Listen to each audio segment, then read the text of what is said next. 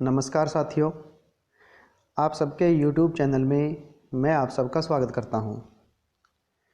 दोस्तों, कल हमने अभिधा मूला व्यंजना, जो व्यंजना का एक भेद था, पहला भेद था, उसको किया था। और आज के इस वीडियो में हम लोग लक्षणा मूला व्यंजना की बात करने वाले हैं। दोस्तों, जो कि लक्षणा मूला व्यंजना है वह आधारित अधिकतर होती है लक्ष्यार्थ से प्राप्त होने वाला व्यंग्यार्थ। आपको मैंने कल बताया था कि जब हम अभिधा मूला व्यंजना से बात करते हैं तो जो हमारा अभिधेयार्थ होता है उससे हमें डायरेक्ट व्यंग्यार्थ मिलता है, तो वो तो हो जाती है अभिधा मूला व्यंजना।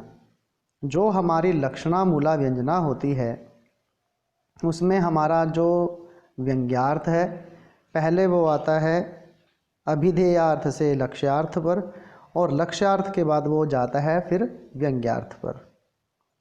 लेकिन अब ये जो आपका तृतीय उल्लास हमने आज स्टार्ट करना है, इसको बताने से पहले मैं आपको बता देना चाहता हूँ कि इसके अंदर जो व्यंजना बताई जाएगी एक्चुअल में वो आपको बताई जाएगी आर्थी व्यंजना।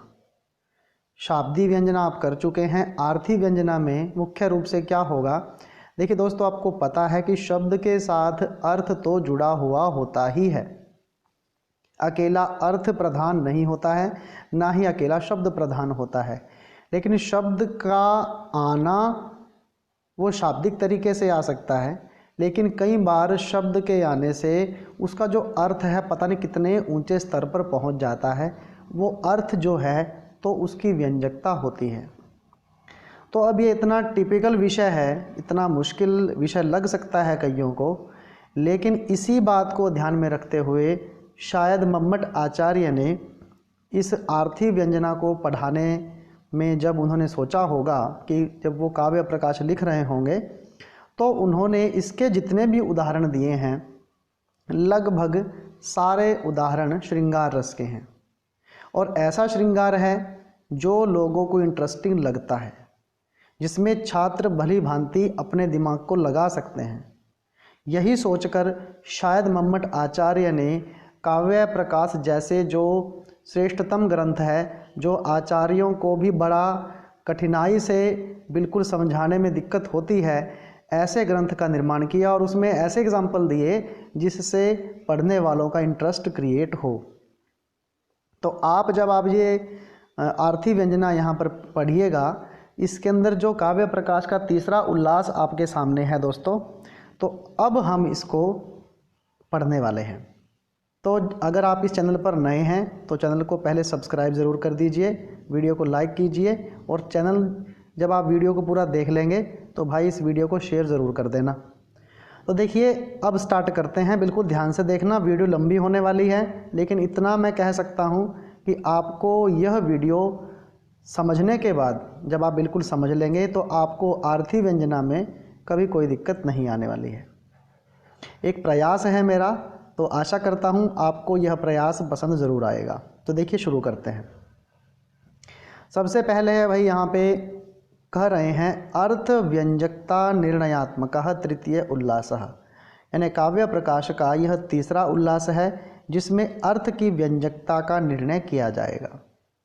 देखिए, कहते हैं अर्थः प्रोक्ताः पुरः तेषाम, ये कह रहे हैं कि अर्थ जो हैं प्रोक्ता कह दिए गए हैं, पुरा पहले ही, तेषाम उनके, यानी शब्दों के जो अर्थ होते हैं वो पहले बता दिए गए हैं। तो वो अर्थ क्या थे भाई? अर्थः वाच्य लक्ष्य व्यंग्यः, जो अर्थ थे वे वाच्य वाच्यार्थ, लक्ष्य लक्ष्यार्थ और व्यंग्य व्यंग्यार्थ, इस प्रकार से वे थे। अब किनके थे भाई ये? तेषाम वाचक लाक्षणिक व्यंजकानाम, यानी वाचक शब्दों के वाच्यार्थ थे, लाक्षणिक शब्दों के लक्ष्यार्थ थे, और व्यंजक शब्दों के व्यंग्यार्थ होते हैं। ये बात आपको पता चल चुकी है। फिर कहते हैं भी अर्थ व्यंजकता उच्यते, अब हम अर्थ की व्यंजकता का वर्णन करेंगे। तो फिर प्रश्न उठता है कीदृशी इति आह, तो यह कैसी होती है भाई? तो देखिए आपके सामने एक कारिका है। अब वक्त्री बोधव्य काकूनाम वाक्य वाच्य अन्य सन्निधे प्रस्ताव देश कालादय वैशिष्ट्यात् प्रतिभाजुषाम यो अर्थस्य अन्यार्थधि हेतु व्यापारो व्यक्तिरेव सा। यहाँ पे बहुत सारे शब्द हैं भाई, जैसे आपने शाब्दी व्यंजना में पढ़े थे। तो यहाँ पर पहला शब्द है वक्त्री, फिर बोधव्य है, फिर काकू है, फिर वाक्य है, फिर वाच्य है, फिर अन्य सन्निधि है, फिर प्रस्ताव है, फिर देश है और फिर काल है। तो कहते हैं भाई वैशिष्ट्यात् प्रतिभाजुषाम, इनकी विशिष्टता के कारण और प्रत्येक का जो योगदान है उसको देखकर यो अर्थस्य, जो अर्थ आपका है उस अर्थ से अन्य अर्थ धी हेतु, धी हेतु का मतलब होता है उसको ग्रहण करवाने का कारण, जो व्यापार होता है व्यक्तिरेवसा, वह जो हमारी होती है वो होती है भाई आर्थी व्यंजना। सिंपल तरीके से आपको मैंने बता दिया, 9 चीज़ें याद करनी हैं। वक्त्री, बोधव्य, काकू, वाक्य, वाच्य, अन्य सन्निधि, प्रस्ताव, देश और काल। अब ये 9 इसके आगे चलेंगे अंग, यानी इन 9 की वजह से जो हमारी आर्थी व्यंजना है वह होती है। अब देखिए इन्होंने नीचे इसके बारे में बता रखा है। बोधव्य जो होता है, वक्त्री का तो आपको पता है दोस्तों, वक्त्री का अर्थ होता है वक्ता यानी बोलने वाला। बोधव्य वह होता है जिसको बात बताई जानी है। काकू का मतलब होता है ध्वनिर्विकार, यहाँ पे दे रखा है काकुर ध्वनिर्विकार। ध्वनि का विकार अर्थ क्या है कि जब हम अपने मुंह की ध्वनि को चेंज कर देते हैं, उसके बारे में आगे हम पढ़ेंगे। प्रकरण को प्रस्ताव कहते हैं भाई। और उसके बाद आपको पता है कि वाक्य की वजह से व्यंग्यार्थ मिलना, वाक्य के अर्थ की वजह से व्यंग्यार्थ मिलना, वाच्य के अर्थ की वजह से व्यंग्यार्थ मिलना और किसी अन्य की सन्निधि के कारण व्यंग्यार्थ मिलना, ये सब हम इस आर्थी व्यंजना में आज पढ़ने वाले हैं। तो देखिए दोस्तों, अब आपके सामने है मुख्य रूप से बिल्कुल सिंपल तरीके से आपको बताऊंगा। तो अब देखिए ये सबसे पहले आपको इन्होंने एग्जाम्पल दे रखे हैं। अब कहते हैं क्रमेण उदाहरति। अब इनका क्रम से उदाहरण सहित जो वर्णन है वह किया जाएगा। पहले श्लोक को समझिए क्या है। कहते हैं अति पृथुलम जल कुंभम गृहीत्वा सम आगता अस्मि सखी त्वरितम श्रम स्वेद सलिल निश्वास निसहा विश्रामयामि क्षणम। एक औरत है भाई, वो पानी भरने के लिए जाती है। पानी भर के जब वो आती है तो उसको आने में थोड़ा विलंब हो जाता है और आते आते वो पसीने से भीग जाती है। बड़ा भारी घड़ा था, तो फिर वो इस कारण थक जाती है और अपनी सहेली को कहती है कि देखिए वो बात इसमें कह रही है अति पृथुलम। अति मैंने बहुत ज़्यादा, पृथुल होता है बड़ा, बहुत बड़ा है जल कुंभम, यह पानी का घड़ा। गृहीत्वा, इसको लेकर, सम आगता अस्मि, मैं आई हूँ, सखी हे मेरी सहेली, त्वरितम, बहुत जल्दी जल्दी। इसी वजह से श्रम, इस मेहनत के कारण, स्वेद जो पसीना है, सलिल उसकी बूंदें शरीर पर लगी हुई हैं, निश्वास बहुत ज़्यादा सांस चढ़ा हुआ है, निसहा, अब मुझसे यह श्वास है सहा नहीं जा रहा, इसलिए विश्रामयामि क्षणम, मैं बिल्कुल अब थोड़ा सा विश्राम करना चाहती हूँ। देखने के बाद सबको जो अभिधेयार्थ है यही निकलता है कि एक सहेली क्या कह रही है दूसरी सहेली को कि वो घड़ा लाने के श्रम के कारण थक गई है और अब वो विश्राम चाहती है, इतनी सी बात उसने बोली है।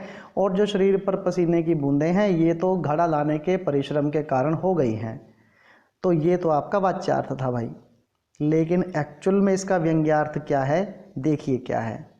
यहाँ पर इसका जो व्यंग्य अर्थ जो पढ़ने वाले हैं, जो उसकी मानो ये कह सकते हैं कि जो हमारे सहृदय जन हैं वो क्या समझते हैं कि भाई वो सहेली जो है, जो पानी का घड़ा लाई है, वो इसके पीछे अत्र चौर्य रत गोपनम गम्यते, चोरी से की गई अपनी रति क्रीड़ा का गोपन कर रही है, यानी वो किसी नायक से मिलकर आ रही है।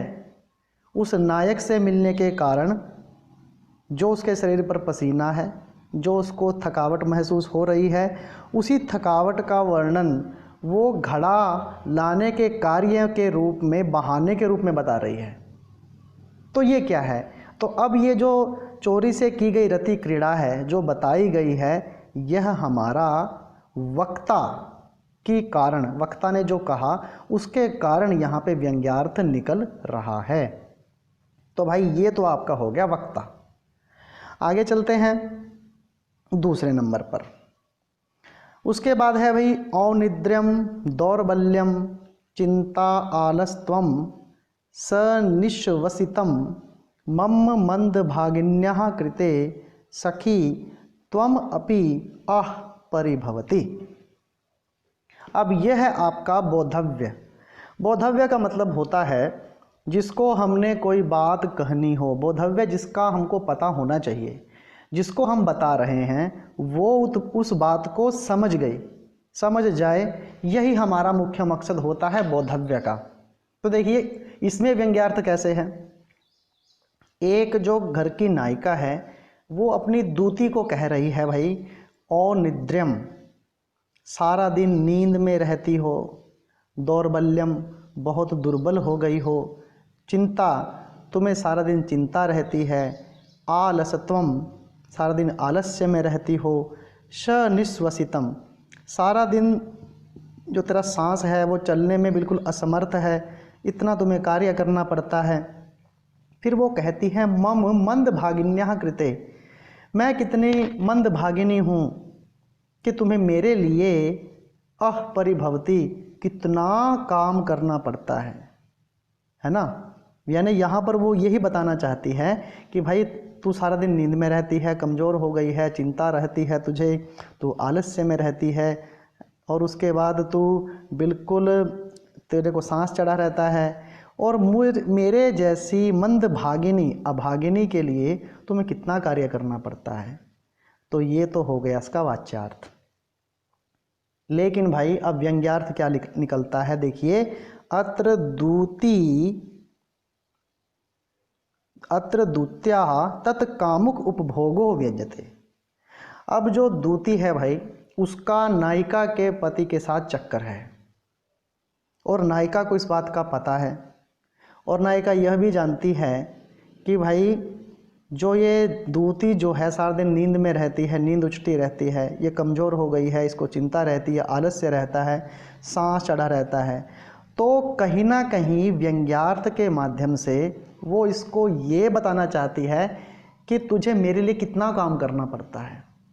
इसका मतलब क्या है कि एक्चुअल में जो मेरा पति मेरे साथ होना चाहिए था वो अब तुम्हारे साथ है। तो कहीं ना कहीं तुम्हारा जो रति क्रीड़ा का कार्यक्रम है जो चोरी से चलता है उसके बारे में मुझको पता है भाई।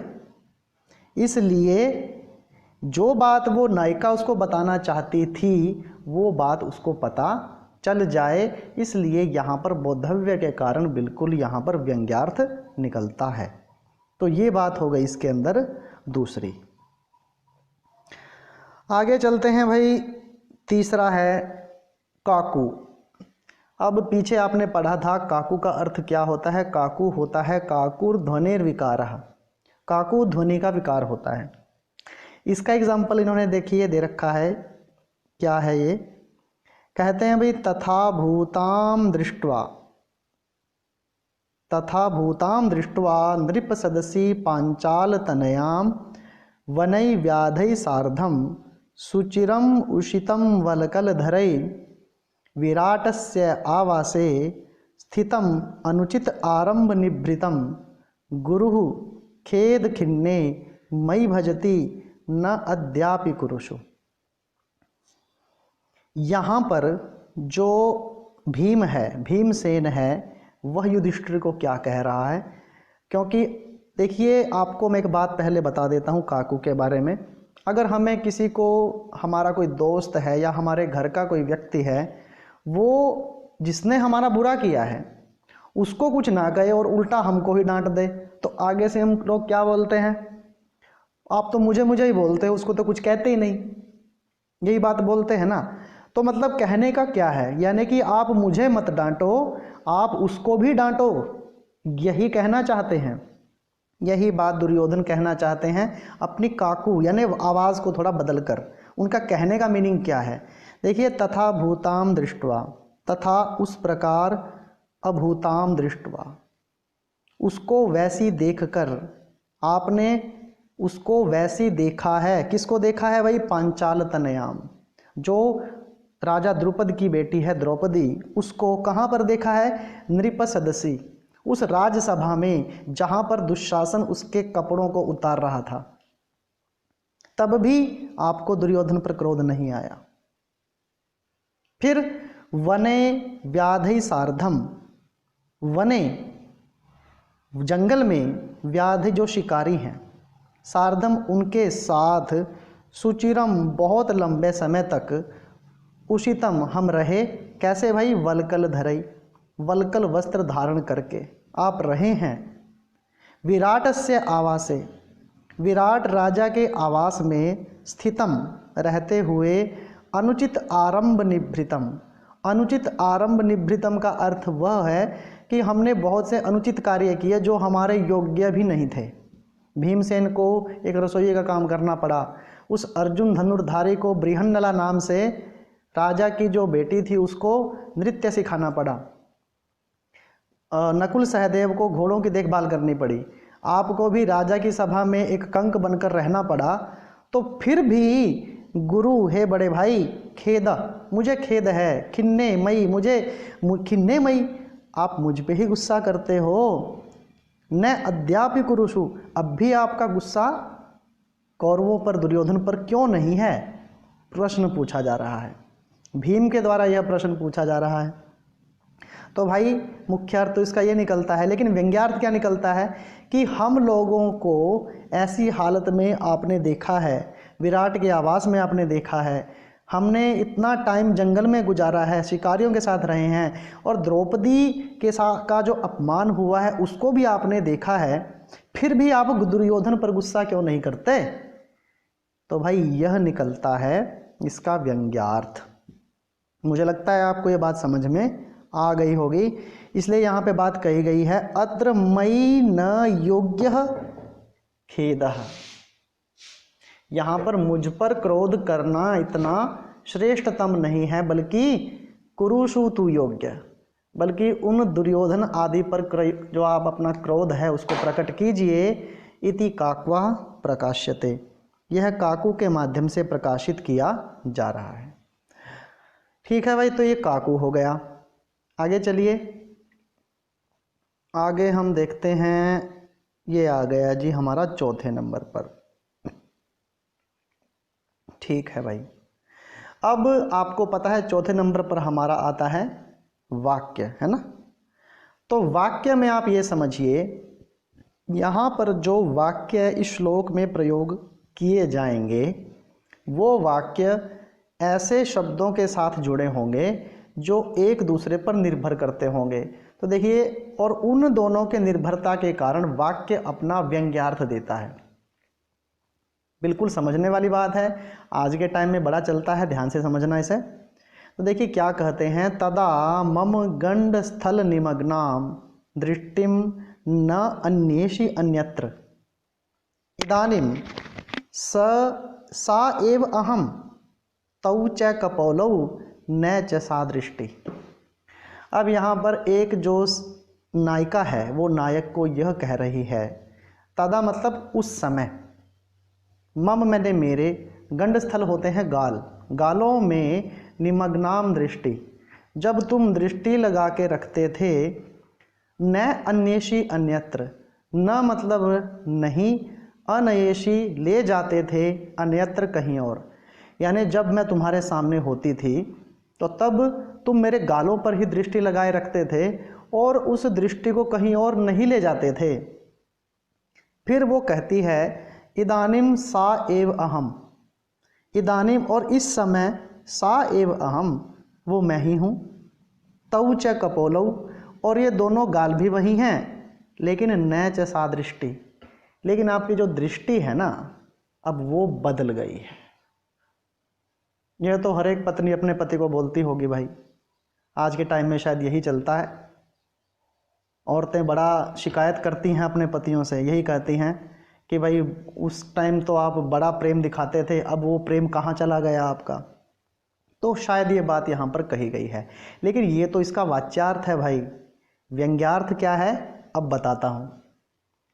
अब ये कह रहे हैं कि अत्र मत सखी कपोल प्रतिबिंबिताम पश्यतः ते दृष्टि अन्य एव अभूत। यानी ये बात कह रही है नायिका अपने पति से कि मेरी सहेली जब मेरे पास थी तब तो तुमने मेरे गालों से अपनी दृष्टि हटाई नहीं। क्या पता उसकी सहेली उसके साथ बैठी हो नायिका की। तो मतलब नायक ये दिखा रहा था कि वो देख तो नायिका की ओर रहा है, लेकिन एक्चुअल में देख किसको रहा था? नायिका की सहेली को। तो फिर कहती है चलितहा यान्तु, जब वो चली गई, तस्याम अनया एव जाते इति हो, और जब वो बिल्कुल वहाँ से निकल जाती है तो क्या होता है? तो अब भी तो मैं वही हूँ, वो तो चली गई और मैं अब भी बैठी हूँ, लेकिन आपकी जो दृष्टि है ना वो बदल गई है। यानी आपका जो गालों की तरफ मेरे देखने का कार्यक्रम था वो अब वैसा नहीं रहा। तो मुख्य रूप से क्या व्यंग्य है कि भाई तू मुझे नहीं देख रहा था बल्कि मेरी सहेली को देख रहा था। तो ये देखिए यहाँ पर है वाक्य की वजह से मिलने वाला व्यंग्यार्थ। तो यहाँ पर दो शब्द आए हैं तदा और इदानीम। तदा का अर्थ तो हो गया उस समय और इदानीम का अर्थ हो गया इस टाइम। तो ये जो दो शब्द यहाँ पर हैं ये समय के बारे में बताते हैं, तो ये वाक्य को ही समझाना चाहते हैं और वाक्य का जो अर्थ है एक दूसरे को जोड़ते हैं। इस वजह से यहाँ पर वाक्य के हिसाब से मिलने वाला जो व्यंग्यार्थ है यहाँ पर हमको प्राप्त होता है। होप आपको वीडियो पसंद आ रही होगी। उसके बाद भाई अगला आता है वाच्य। यह भी देखिए क्या कहते हैं यहाँ पे, उद्देश्योऽयं सरस कदली श्रेणी शोभा अतिशायी कुंज उत्कर्ष अंकुरित रमणी विभ्रमो नर्मदायाः किंच एतस्मिन् सुरत हृदयः तन्वी ते वान्ति वातः येषाम् अग्रे सरति कलित अकांड कोपो मनोभू। तो यहाँ पर आप ये समझ लीजिए कि वाच्य क्या है। वाच्य से मिलने वाला जो व्यंग्य होगा यहाँ पर एक चीज़ एक दूसरे के साथ कनेक्ट मिलेगी आपको। कोई वातावरण के बारे में बताएगी बात, कोई जो कार्य करना है उसको अनुकूल बताने के लिए आएगा, उसके बाद कुछ ऐसा होगा कि अब ये कार्य हमको यहीं पर संपादित करना चाहिए, ये बात भी बताई जाएगी। लेकिन कुछ विशेषण आएंगे इसमें वाच्य से जो मिलने वाला आर्थी व्यंजना का व्यंग्यार्थ होता है वह कुछ विशेषणों से युक्त होता है। इसके बारे में हम इसमें देखेंगे कौन कौन से विशेषण यहाँ पे आए हैं। तो पहले तो आप ये समझिए कि एक नायक एक नायिका को बोल रहा है या फिर एक नायिका को उसकी सहेली कह रही है। क्या कह रही है? देखिए उद्देश्यो अयम। अब ये उद्देश्य वो उद्देश्य नहीं है जिसको आप समझते हो। उत्देशः ऊंचा प्रदेश है, अयम यह, यानी ये बहुत ऊंचा प्रदेश है। सरस कदली श्रेणी, सरस सुंदर, कदली केले की, श्रेणी मतलब पंक्तियां लगी हुई हैं और इस जगह पर केले की जो वो पेड़ हैं जिसको आप बोलते हो वो पंक्तियों में लगे हुए हैं और शोभा अतिशायी और बहुत ही सुंदर लगते हैं, चमत्कार से युक्त जगह है। उसके बाद कहते हैं भाई कुंज उत्कर्ष अंकुरित। कुंज होते हैं फूल, उत्कर्ष कुंज बेल पर उत्कर्ष निकले हुए हैं, अंकुरित जो उसके अंकुर हैं यानी बेलों पर भी फूल सुंदर सुंदर फूल लगे हुए हैं। और रमणी विभ्रमो नर्मदाया, रमणी होती है रमण करने वाली स्त्री। विभ्रमः ऐसे जगह को देखकर उनके मन में भी विभ्रम आ जाता है रमणियों के। और ये जगह कौन सी है भाई? नर्मदाया, नर्मदा का समीपवर्ती क्षेत्र। सिंपल अर्थ क्या निकलता है, नर्मदा का यह जो क्षेत्र है ये ऊंचा है, यहाँ पर मनोहर कदली की केले की श्रेणियाँ लगी हुई हैं, बड़ी सुंदर लगती हैं, बेलों पर सुंदर सुंदर फूल आ गए हैं। ऐसे माहौल को देखकर रमणियों के मन में रमण करने का जो कार्यक्रम है वो उत्कंठित हो जाता है, उनके मन में भी भ्रम पैदा हो जाता है। और इतना ही नहीं है, आगे भी है, किंच ए तस्मिन, और इसमें क्या कहें, सूरत सुहृद तन्वी, सूरत जो काम है, काम क्रीड़ा है, सुहृद मन को अच्छा लगने वाली, तन्वी है नायिका, वांति वाता, बहुत सुंदर सुंदर यहाँ पे मनोरम सुंदर वातानुकूल हवा बह रही है, यानी बिल्कुल काम के अनुसार यहाँ पर सुंदर सी वायु बह रही है। और क्या इतना नहीं है, और भी है, ये शाम अग्रे, और जिनके आगे आगे सरती चल रहा है, कलित अकांड कोपो मनोभू, मनोभू होता है कामदेव, और कोप होता है गुस्सा करने वाला, और अकांड होता है बिना किसी समय में कलित एकदम से, यानी एकदम से जिसको गुस्सा आ जाए, ऐसा क्रोध करने वाला जो कामदेव है ऐसे जगह पर आगे आगे चलता है। तो वाच्यार्थ में आपको समझ में आ गया होगा कि भाई यहाँ पर एक सहेली या एक नायक एक माहौल का वर्णन कर रहे हैं, ठीक है ना। लेकिन इसका ये तो हो गया वाच्यार्थ। व्यंग्यार्थ क्या है, अत्र रतार्थम प्रविश इति व्यंग्यम। तो भाई यहाँ पर नायक नायिका को कह रहा है कि भाई ये जो रमण करने की जगह बहुत बढ़िया है, ये उद्देश्य है, यानी बहुत ऊंचा प्रदेश है, इसलिए कोई यहाँ आता जाता नहीं है। दूसरी बात, ये इतना सुंदर है कि यहाँ पर सबका रमण करने का मन करता है, घूमने का मन करता है, और रमण के अकॉर्डिंग यहाँ पे अच्छी अच्छी हवा भी चलती है, और ऐसी जगह पर सबके मन चंचल हो जाते हैं, इसलिए रति क्रीड़ा के लिए इसमें प्रवेश करना चाहिए। तो ये इसका हो गया व्यंग्यार्थ। तो ये हो गया भाई वाच्य की वजह से मिलने वाला अर्थ। आपको मैंने बोला था कि यहाँ पर आपको बहुत सारे विशेषण मिलेंगे भाई। तो नर्मदा के कितने सारे विशेषण हैं, एक तो ये उद्देश्य है, ऊंचा है, सरस है, कदली श्रेणी सरस हैं, शोभातिशाई ये भी विशेषण हो गया इसमें। और उसके बाद यहाँ पर था वाता की जो हवा की विशेषण थे वो थे सूरत, है ना, सुहृद ये था। और कामदेव की विशेषता बता रखी थी कि अकांड था, अकांड कोप था, वो कलित था, ये सब यहाँ पे विशेषण बताए गए हैं। तो यहाँ पर ये बात की गई है भाई, ठीक है। उसके बाद चलते हैं आगे। अब ये है भाई आपका अन्य सन्निधि। अब अन्य सन्निधि को आप कैसे समझोगे? कई बार क्या होता है आपको पता ही है, हमारे सामने दो व्यक्ति हैं, हम किसी और व्यक्ति के माध्यम से, उस दूसरे व्यक्ति के माध्यम से तीसरे को कुछ बताना चाहते हैं, तो यही होती है अन्य सन्निधि। किसी अन्य के माध्यम से किसी और को अपनी बात समझा देना। तो मम्मट आचार्य ने यहाँ पर भी एक श्रृंगार रस का ही एग्जाम्पल दिया है। देखिए किस तरीके से यहाँ पे व्यंग्यार्थ निकलता है, बिल्कुल ध्यान से देखिए। कहते हैं भी नुदती अन आर्द्र मना श्वश्रु माम गृह भरे सकले, क्षण मात्रम यदि संध्यायाम भवती न वा भवती विश्रामः। नुदती परेशान करती है, कौन परेशान करती है? अन आर्द्र मना श्वश्रु। आर्द्र मना होती है जिसका मन कोमल हो, लेकिन अन आर्द्र मना कौन होती है? जिसका मन बिल्कुल कठोर होता है। ऐसी श्वश्रु जो मेरी सास है, माँ मुझे गृह भरे, सारे घर में सकले, गृह भरे सकले, पूरे घर में चक्कर कटा के रखती है, परेशान करके रखती है। इसलिए दिन में तो समय लगता नहीं, इसलिए भाई क्षण मात्रम, थोड़े से भी समय के लिए, यदि संध्यायाम भवती, संध्या में ही, शाम के टाइम पे ही होता है, न वा भवती, और कई बार तो होता भी नहीं, क्या? विश्राम। विश्राम तो मुझे, मेरे नाम में तो विश्राम रहा ही नहीं। कहीं सांस मेरी इतनी बुरी है कि मुझे टाइम ही नहीं मिलता, कमर सीधी करने का टाइम भी नहीं मिलता, और अगर मिलता भी है तो कभी कभी शाम को ही मिल जाता है। तो ये हो गया इसका वाच्यार्थ। भाई लगेगा कि बिल्कुल सिंपल सी बात बोल रखी है, लेकिन इसका व्यंग्यार्थ क्या निकलेगा।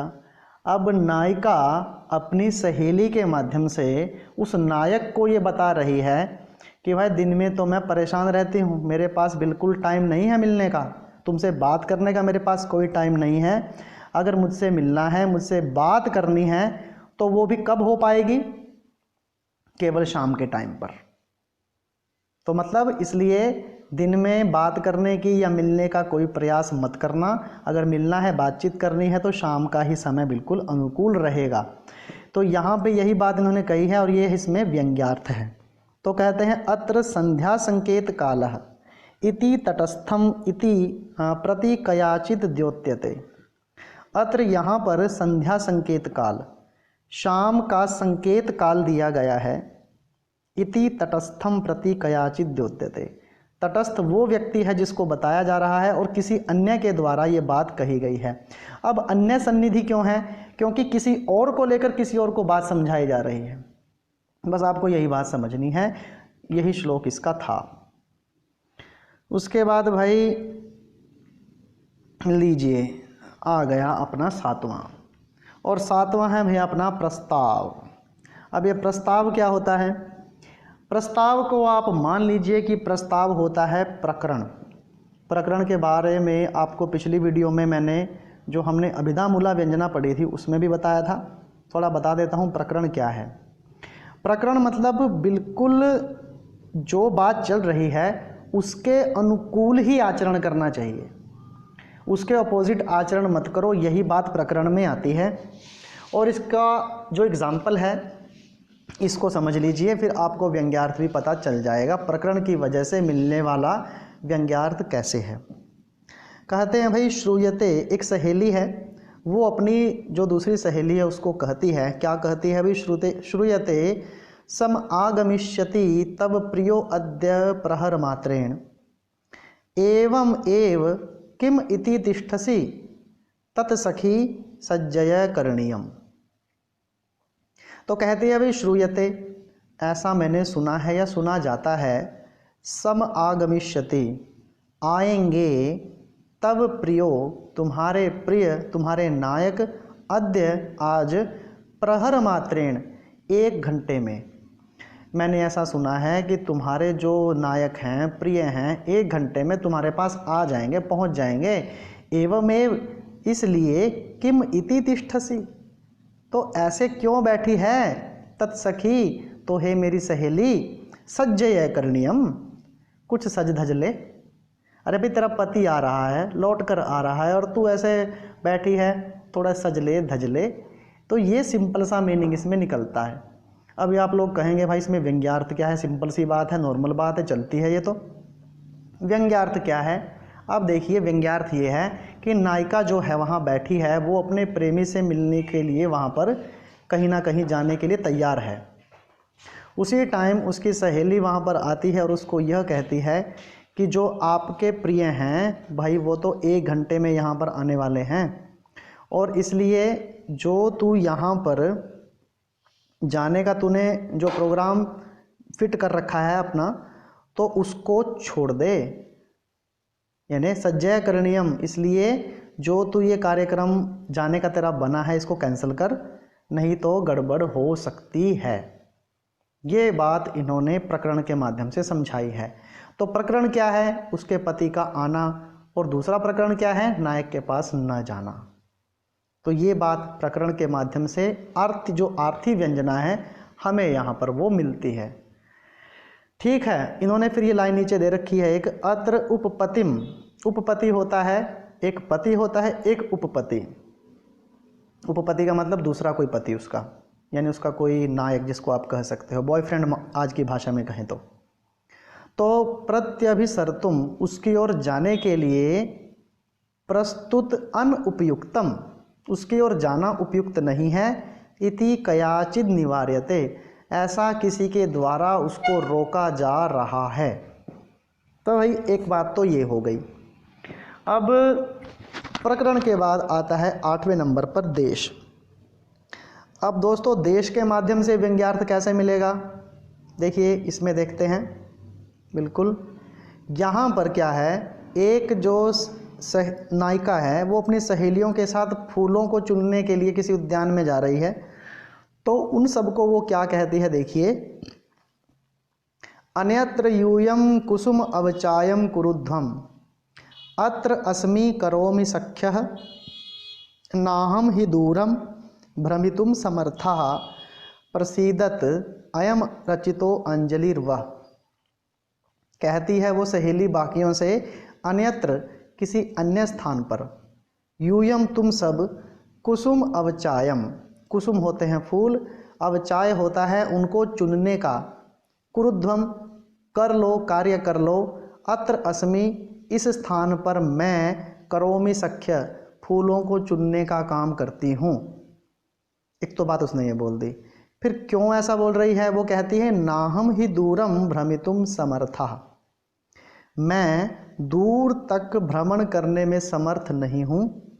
प्रसीदत, अरे खुश हो जाओ, मेरी बात मान लो। अयम रचिता, अयम मैंने ये, रचिता मैंने जोड़कर खड़ी हूँ, अंजलिर वह, हाथों को, वह मतलब आपके सामने, मैं तुम्हारे हाथ जोड़ती हूँ, प्लीज़ तुम यहाँ से गो एंड गोन हो जाओ, दूर चले जाओ यहाँ से। ये बात कहना चाहती है नायिका अपनी सहेलियों से। तो भाई ये तो निकला इसका वाच्यार्थ। अब व्यंग्यार्थ क्या निकलता है, व्यंग्यार्थ बताता हूँ। नायिका ने अपने नायक से मिलने का प्लान बना रखा है इस जगह पर, उसको टाइम दे रखा होगा, और उस टाइम के चक्कर में उसने उसको बताया होगा कि इस जगह पर मैं तुमसे मिलूंगी भाई। तो फिर उसके बाद जो नायिका है वो सहेलियों के साथ है, तो वो सहेलियों को इशारों इशारों में ये कह रही है कि भाई तुम कहीं और जाकर फूलों को चुन लो, मैं तो यहीं पर फूलों को चुनूंगी, क्योंकि मैं दूर तक नहीं जा सकती, मेरे टांगें दुखती हैं, और ये बात मैंने जोड़ दी है आपके लिए, मैं आपके तुम्हारे हाथ जोड़ती हूँ, तुम यहाँ से चली जाओ। तो सीधी सी बात क्या निकलती है, नायिका ने जो टाइम दे रखा है नायक को मिलने का, है ना, वो यहाँ पर प्रकट होता है। और यहाँ पर अत्र और अन्यत्र जो यहाँ पर क्या है, ये सारे क्या हैं, ये जगह के बारे में बता रहे हैं, एक देश के बारे में, एक प्लेस के बारे में बता रहे हैं। इसलिए यहाँ पर देश के कारण मिलने वाला आर्थी व्यंजना का उदाहरण है, व्यंग्यार्थ हमको यहाँ पे मिलता है। मुझे लगता है कि आपको वीडियो पसंद आ रही होगी। ठीक है भाई, तो इसको प्लीज़ लाइक करते रहिए। अब देखिए चलते हैं आगे, जो इसका 9वां है पार्ट। उसके बाद कहते हैं भाई 9वें नंबर पर अपना आता है दोस्तों काल। काल का मतलब आपको पता है समय है, ठीक है। तो मतलब इसके लिए मैं बता देता हूँ आपको समय, क्योंकि पिछले वीडियो में हमने समय के बारे में एक पढ़ा था, चित्रभानुर विभाति, इस प्रकार से कुछ पढ़ा था। तो चित्रभानु का जो अर्थ था वो उसके समय के अनुसार था, जैसे दिन में वो सूर्य था तो रात के समय में वह अग्नि था। तो यहाँ पर काल की वजह से एक श्लोक का मीनिंग कैसे बदलता है, देखिए। कहते हैं गुरुजन परवश प्रिय किम भणामि तव मंद भागिनी अहम अद्य प्रवासम व्रजसी व्रज स्वयमेव श्रोष्यसि करणीयम। यहाँ पर एक नायिका है, उसका जो पति है वो किसी भी देश में जा रहा है, वो गुरुओं की आज्ञा से जा रहा है, उसके पिता की आज्ञा से जा रहा है, इसके बारे में कुछ नहीं बताया गया, लेकिन कहा गया है, गुरुजन परवश शब्द इसका में प्रयोग किया गया है। तो वो जा रहा है, तो वो कहती है कि भाई इस टाइम आप मत जाओ, ये वसंत ऋतु का मौसम है, ये बहुत सुहावना मौसम होता है, और इस टाइम आपका जाना अच्छा नहीं है। 2 महीने ऐसे माने जाते हैं कि जो स्त्रियों को बहुत पसंद हैं, एक तो मधुमास यानी वसंत, और दूसरा होता है सावन। तो भाई जब पहले प्रदेश में कोई व्यक्ति जाता था तो 2 महीने तो वो अपने परिवार के साथ रहता था। तो यहाँ पर वो उसको उलाहना देते हुए क्या कहती है, गुरुजन परवश, गुरुजनों के परवश, वश में होकर हे प्रिय, क्या अद्य प्रवासम व्रजसी, निचली लाइन के पहले 3 वर्ड हैं, गुरुजन परवश प्रिय अद्य प्रवासम व्रजसी, गुरुजन के वश में होकर आज तुम प्रवास कर रहे हो, कहीं जा रहे हो। किम भणामी, अब ऊपर चले जाइए, किम भणामी, क्या कहूँ, तब मैंने तुम्हें मंद भागिनी अहम, मैं मंद भागिनी हूँ, अभागी हूँ, तुम्हें मैं इसके बारे में क्या कहूँ। व्रज, जाओ, जाना है तो जाओ, स्वयमेव श्रोष्यसि, खुद ही सुन लोगे, करणीयम, जो मुझे करना है। तो वाच्यार्थ क्या निकलता है इसका कि भाई एक तो ये निकलता है कि अगर तुमने गुरुओं की आज्ञा से जाने की बात जान ठान ही ली तो जाओ भाई, मैं क्या कर सकती हूँ, मैं तो अभागी हूँ, खुद ही सुन लोगे मैं जो करूँगी, मतलब वो मैं कर ही क्या सकती हूँ, सिंपल सी बात तो ये निकलेगी, तुम खुद ही सुन लोगे, अब मैं क्या करूँ, मैं कुछ कर ही नहीं सकती। तो सिंपल सा मीनिंग तो ये निकल गया। अब व्यंग्यार्थ क्या निकलेगा, व्यंग्यार्थ तो कई निकल सकते हैं इसमें से। एक तो यह निकल सकता है कि भाई अगर तू वहां पर गया तो स्वयमेव श्रोष्यसि करणीयम, तुम्हें खुद वहां पे पता चल जाएगा कि मैंने क्या किया। शी विल कमिट सुसाइड, यानी वो मर भी सकती है, अपनी जान की धमकी भी दे सकती है। तो ये व्यंग्यार्थ एक तो ये हो गया। नंबर दो ये भी हो सकता है कि अगर तू वहाँ पे चला गया ना तो सुन लेगा पीछे से, फिर मैं क्या क्या करूँगी, मतलब वो ये भी इशारा यहाँ पे दे सकती है कि क्या पता तेरी जगह पर मैं किसी और नायक को अपना नायक बना लूँ, ये भी हो सकता है। तो मतलब यहाँ पर व्यंग्यार्थ तो कई निकल सकते हैं। इसीलिए यहाँ पर ये जो बात है कही गई है कि जो प्रवास किया जा रहा है, जाने की बात की जा रही है, यहाँ पर मधुमास की बात की गई है, वसंत के समय की बात की गई है। देखिए अत्र अद्य, यहाँ पर आज, मधु समये, इस वसंत के समय में, यदि व्रजसी, अगर तुम जाते हो, तदा अहम, तो मैं, तावद न भवामी, तो मैं भी नहीं रहूँगी, एक तो मीनिंग ये निकल गया। और तब न जानामी, और तब तुम जान नहीं पाओगे, गतिम इति व्यंजते, तो मेरी क्या गति होगी, मतलब जिंदा नहीं रहूँगी, एक तो बात ये निकल गई। बाकी जो सेकंड मीनिंग है वो तो सुनने वाले अपने हिसाब से भी निकाल लेते हैं। तो भाई ये थे हमारे आर्थी व्यंजना के 9 पार्ट्स, जिसमें अलग अलग तरीके से हमने व्यंग्यार्थ को जानने का प्रयास किया।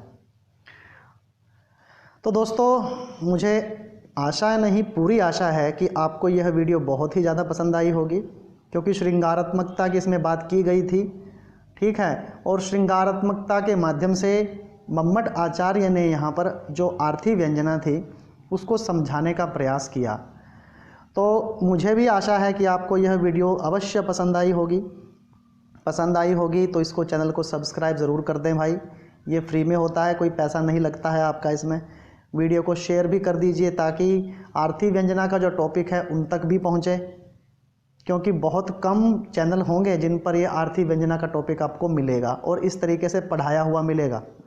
तो भाई मैंने कोशिश की है, और अगर फिर भी आपका कोई प्रश्न इसमें रह जाता है तो आपका प्रश्न वो आप कमेंट बॉक्स में कमेंट डालिए, उसके हर प्रश्न का मैं आपको जवाब देने का प्रयास करूँगा।